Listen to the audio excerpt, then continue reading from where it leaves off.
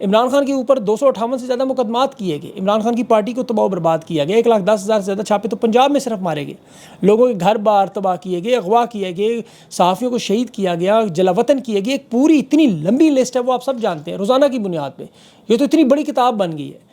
اس پر یہ بات نہیں کرتے، کہتے جی عمران خان خاموش ہو جاتا تو یہ سب کچھ آج نہ ہوتا۔ اب اوورسیز پاکستانی جو ہیں وہ ہسٹری بھی جانتے ہیں، ان کے ساتھ وہاں بنگالی بھی رہتے ہیں، انہوں نے بنگلہ دیش کے ساتھ جو ہوا وہ اپنے کانوں سے سنا بھی ہوا ہے، بلوچوں کے ساتھ کیا ہو رہا ہے وہ بھی سنا ہوا ہے، اور پہاڑوں سے جس طرح بلوچوں کو اتروا کے قرآن پاک پہ حلف دے کے پھر پھانسیاں دیں وہ بھی یہ جانتے ہیں۔ پھر تحریک انصاف کے ساتھ جتنے مختلف اوقات میں مذاکرات کے وعدے کر کے مذاکرات توڑے گئے، جنرل باجوہ نے کیا کہا تھا اسمبلیاں توڑیں الیکشن کروا دوں، وہ نہیں کروائے، اس نے کہا جی IMF پہ آپ سائن کر دیں، کوئی آپ کے اوپر مقدمات نہیں، نہیں ہوا۔ عمران خان کو انہوں نے جتنی دفعہ یہ کہا عمران خان نے تسلیم کیا، 22 اگست کو ڈیالہ جیل جا کے انہوں نے جلسہ کینسل کروایا، 27 تاریخ سنجانی جو ہوا وہ آپ کو یاد ہے، لانگ مارچ کینسل کر دیں، آپ کو کچھ نہیں کہا، دیکھیں اس کے بعد کیا ہوا۔ تو یہ انہیں صرف اور صرف خطرہ اس وقت اس جمہوری بل کا ہے جو امریکہ میں پاس ہو جانا ہے، اور اسی سے انہیں خطرہ ہے کہ عالمی ساکھ بھی متاثر ہوگی، دنیا بھر میں ایک لافنگ سٹاک بن جائیں گے، انہیں کوشش ہے کہ بس یہ سلسلہ کسی طرح رک جائے۔ اور شرائط یہ کیا دیتے ہیں بڑی سادی سی، ان امریکی پاکستانیوں کو کہتے ہیں جی آپ کانگریس کے لوگوں سے ملنا بند کر دیں، آپ اسٹیبلشمنٹ کے بارے میں بیانات نہ دیں، اپنا گفتگو نرم کریں، اپنی ٹویٹس نہ کریں، سوشل میڈیا استعمال نہ کریں، خان کی رہائی پر ہم بات چیت کرنے کو تیار ہیں، 25 دے دیں، 10 دن دے دیں، 20 دن دے دیں، یہ بالکل سنجیدہ نہیں ہے۔ ورنہ اس وقت ڈاکٹر یاسمین راشد رہا ہو جاتی، جن صحافیوں کو اغوا کیا انہیں چھوڑ دیتے، ڈاکٹر مہرنگ بلوچ کو رہا کرتے، اور یہ فل فور جو ہے بہت ساری چیزیں ایسی خیر سگالی کے طور پہ کر سکتے تھے، مخصوص نشستیں واپس کر سکتے تھے تحریک انصاف کی، لیکن ایسا کچھ بھی نہیں ہوا۔ ریلیف کیا دیتے ہیں؟ عمران خان کو کتابیں دینے کا حکم دے رہے ہیں، عمران خان کو بچوں سے بات کرنے کا حکم، یہ پریزن رول میں ہر قیدی کا حق ہے، انہوں نے تو وہ تمام حق چھینے ہوئے ہیں، اور عدالت کی تو ویسے بھی کوئی بات نہیں مانتا۔ 3 رکنی لارجر بینچ نے پولیٹیکل کمیٹی سے ملاقات کا کہا، وہ حکم ہواؤں میں اڑا، اس پر انہوں نے محسن نقوی کیا سب کے سامنے۔ پارلیمانی اجلاس دیکھیں ابھی جو ہو رہا ہے وزیر اعظم عسکری قیادت کا، اس میں آرمی چیف بھی موجود ہیں، چاروں صوبوں کی قیادت بھی موجود ہے، اس میں بات کیا ہو رہی ہے اتنے ہائر لیول پہ کہ سوشل میڈیا کو کیسے روکنا ہے۔ اتنی بڑی ہائی لیول میٹنگ میں شہباز شریف صدارت کر رہا ہے، صدارت خیر نام ہی ہے اس نے کیا صدارت کرنی،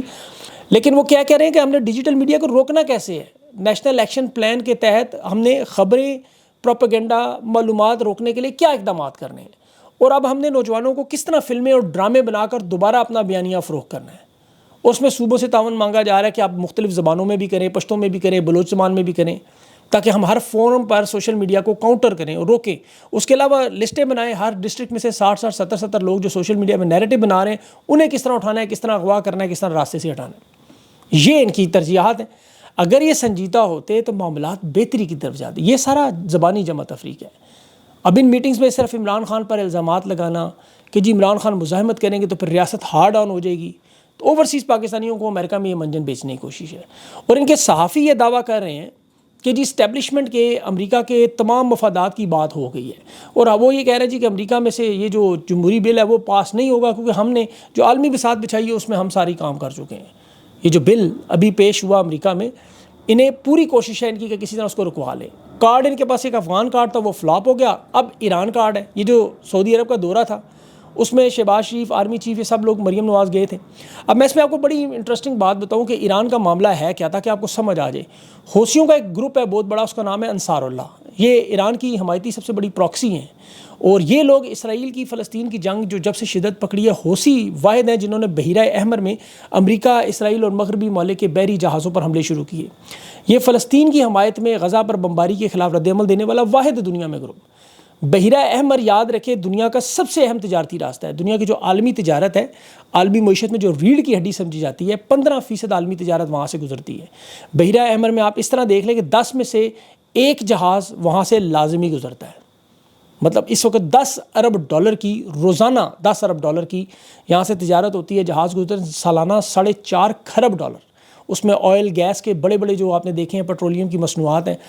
وہ یہاں سے گزرتی ہیں۔ اس میں یورپ میں مشرق کا جو رابطہ ہے، ایشیا سے تجارت کا جو اہم راستہ ہے، پھر ایشیا میں اگر دیکھیں تو چین اور بھارت کے ساتھ جو تجارت کا شارٹ کٹ ہے، افریقہ میں مصر اور جبوتی کی بندرگاہوں سے گزرتا ہے، یہ ساری کی ساری آمدنی اس راستے سے ہے۔ اس راستے کو بند کر دیں تو دنیا کی سپلائی چین کا پورا ٹوٹ جاتا ہے، پھر انہیں چکر لگا کے اوپر سے جانا پڑتا ہے، 2 ہفتوں کا اضافہ، ایندھن، مہنگے کرائے، اور پوری کی پوری دنیا متاثر ہو جانی ہے۔ حوثیوں نے اس پورے راستے کو کنٹرول میں لیا ہوا ہے، وہ جب چاہیں جس شپ کو چاہیں میزائل سے نشانہ بنا دیتے ہیں۔ انہیں اس میں بھرپور ایران کی مدد حاصل ہے، اور یمن کے حوثی جو ہیں وہ فلسطین کی حمایت میں اس تجارتی راستے پر کنٹرول رکھیں۔ امریکہ کو اب یہ لگتا ہے کہ اس راستے کو کھلوانے کے لیے، ایران کا اثر محدود کرنے کے لیے حوثیوں کو ختم کرنا ضروری ہے،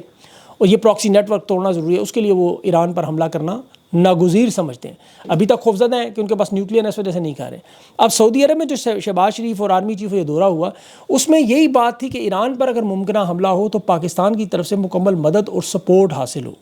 یہ بڑی خطرناک چیز تھی۔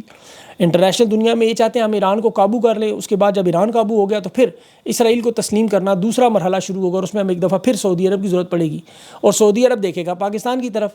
اور پاکستان کی طرف مطلب اسٹیبلشمنٹ کی طرف، اور وہ دیکھیں گے امریکہ کی طرف کہ آپ عمران خان کی حمایت تو نہیں کر رہے، آپ عمران خان کی حمایت کے لیے دباؤ تو نہیں ہم پہ ڈال رہے، ہم آپ کے ساتھ ہر قسم کی مدد کو تیار ہیں، آپ صرف بدلے میں ہماری فوجی امداد جاری رکھیں، ہمارے IMF کے لون جاری رکھیں۔ ابھی جو $400 ملین F-16 کے نام پہ ملے ہیں، جس طرح ورلڈ لون مل رہے ہیں، ہم ایران کے حملے کی مدد آپ کی ہر طرح کی کرنے کے لیے تیار ہیں، جس طرح افغانستان میں کیا تھا ماضی میں۔ اب یہ جو 10 رکنی وفد جو اسرائیل گیا، دیکھیں اس مرحلے پہ جب فلسطین پہ بمباری ہو رہی تھی تو انہیں حکومتی سپورٹ حاصل تھی، باقاعدہ ان لوگوں نے انٹرویوز میں اس چیز کا اعتراف کیا ہے۔ تو اس لیے ایران کا کارڈ ان کے لیے ضروری ہے کہ افغانستان کا کارڈ پہلے ہی فلاپ ہو چکا ہے، افغانستان نے اپنے معاملات ٹھیک کر لیے ہیں، اب ان کے پاس ایران کارڈ ہے۔ اگر ایران نے عقل کی اور ان کے ساتھ معاملات ٹھیک کر رہی ہے تو پھر یہ فارغ۔ اب دیکھنا یہ ہے کہ اس معاملے پر ہوگا کیا۔ یہاں پر اب پاکستان کی عوام یاد رکھے، دیکھیں آپ کو اپنے حقوق کے لیے اتفاق اور اتحاد سے تمام جماعتوں کو پاکستان کے معاملات کے لیے سڑکوں، آپ 24 کروڑ ہے، خدا کے لیے سوچیں ذرا، بین الاقوامی سطح پر یہ سفارتکار تو ملاقاتیں کر کے روکیں گے معاملات کو۔ امریکی سفیر مل رہا ہے اسحاق ڈار سے، پھر مل رہے ہیں محسن نقوی سے وہ مل رہی ہے، پھر اس کو آسٹریلیا کے ہائی کمیشن، یہ لوگ تو انٹرنیشنل معاملات میں جو پاکستان کے تناظر میں ہیں ان چیزوں کو اپنے حساب سے دیکھ رہے ہیں۔ یہ پاکستانی حکومت تو صرف آپ کو پتہ ہے قرض لے کے دیوالیہ پن ٹال کے وقت حاصل کر کے اقتدار کو طول دینے کا، یہ سیاسی سرگرمیاں روکنا، سوشل میڈیا کو کنٹرول کرنا، یہ اسٹیبلشمنٹ کے وہی سارے آپ کو پتہ ہے سادہ سے فارمولے۔ IMF سے $1 ارب دیکھے جو قرض ملا وہ چین کو پہلے $1 ارب واپس کیا، اب پھر چین سے $1 ارب لے کے اسے خوشخبری کے طور پہ عوام کو سنا دیتے ہیں۔ ان حالات میں نہ پاکستان آگے جا سکتا ہے، نہ پاکستان کے حالات بہتر ہو سکتے ہیں، اور اس پہ ان کی تو پوری کوشش ہے۔ دیکھیں جو ہم آپ کو انفارمیشن دے رہے ہیں، یہ انفارمیشن آپ تک نہ پہنچے، سب کو روکنے کی، ایک ایک کر کے اٹھانے کی، ایک ایک کر کے خاموش کرنے کی کوشش جاری ہے، تاکہ سونی گلیاں ہو جائے مرزا یار پھر، لیکن یہ نہیں پتہ کہ سر دڑ کی بازی لگا کے بیٹھے ہوئے لوگ سارے، تو یہ آوازیں پاکستان میں تو خاموش ہو جائیں گی، لیکن بیرون دنیا سے نہیں ہو سکتی بالکل بھی، چاہے جو مرضی کر لے۔ اس لیے آپ لوگوں کو اس سے سبق سیکھنا ہے، کہ بلکہ ان لوگوں کو سیکھنا چاہیے سبق کہ ملٹری قید میں لوگ موجود ہیں۔ تحریک انصاف کو حسان نیازی ان کا پیغام دیکھیں کیا آ رہا ہے، خان صاحب ڈٹ جائیں۔ اب عمران خان 602 دن ہو جانے میں تقریباً وہ اس وقت قید میں ہیں، اور تحریک انصاف کی قیادت کو ہم لوگ جگانے کی کوشش کر رہے ہیں، اٹھانے کی کوشش کر رہے ہیں۔ اب تو یہ کہا جا رہا ہے آپ لیڈ نہیں کر سکتے، چلے آپ پیچھے ہی کھڑے ہو جائیں آگے۔ اور مجھے لگتا ہے کہ یہ مہم جو ہوگی، یہ پاکستان کی تحریک جو ہے وہ پاکستان کی عوام نے ہی چلانی ہے۔ یہ خان کی چھٹی عید ہے جیل میں، عمران خان اس دفعہ بھی دیکھیں عید کی نماز جیل میں پڑھیں گے، اور وہ بھی اکیلے۔ آپ لوگوں نے تو کپڑے شپڑے سلوا لیے ہوں گے، عید کی خوشیاں بھی منائیں گے کچھ لوگ،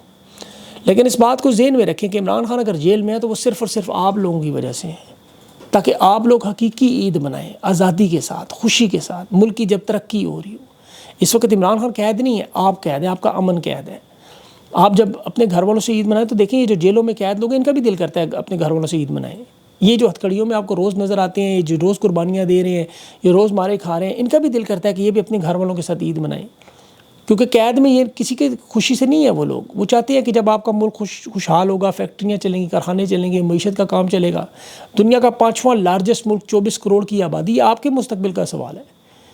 تو یہ لوگ جو قربانیاں دے رہے ہیں ان کی قربانیوں کو سوچتے ہوئے آپ لوگ اپنے آپ کو ایکٹیو کریں۔ خدا کی قسم آج عمران خان رہا ہو جائے، پاکستان کہاں سے کہاں پہنچ جانا ہے۔ یہ اس حالت میں بھی پاکستان ترقی کر سکتا ہے ابھی بھی، تو اس حقوقی جمہوریت کا جس کا اللہ نے آپ کو حکم دیا ہو اسے پورا کریں۔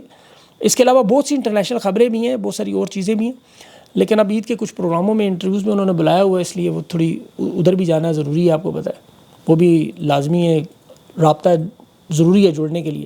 لیکن ان چیزوں پہ غور کریں، خدا کے لیے پاکستان کی حالت پر پاکستانی خود سب سے پہلے غور کریں اور سوچیں، اور پاکستان کی تحریک انصاف کی قیادت کو بار بار ریمائنڈر دیں، یاد کرائیں، اٹھائیں، انہیں جگائیں،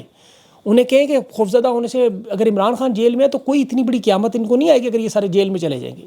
کسی کو جیل میں ڈال دیا جائے گا، ویسے بھی لوگوں کے گھر بار ٹوٹے ہوئے ہیں، سب کچھ جو کچھ ظلم و فساد کرنی تھی وہ تو کر لیا ہے، اب وہ بچا کیا ہے جو لٹانے آئے ہیں، بات تو وہی ہے، اب کیا بچا ہے آپ کے پاس؟ اس لیے پاکستان کو بچائیں، پاکستان کے لیے نکلیں، پاکستان کے لیے اس پرامن انداز سے اپنا جمہوری حق حاصل کریں، اور ان لوگوں کو سمجھائیں کہ عوام کا مینڈیٹ جب تک نہ ہو وہاں اس ملک میں کبھی بھی سیاسی استحکام نہیں آ سکتا، معاشی استحکام نہیں آ سکتا، اور ساتھ ساتھ ان کے لیے دعا بھی کریں۔ اپنا خیال رکھیں، مجھے اجازت دیں، اللہ حافظ۔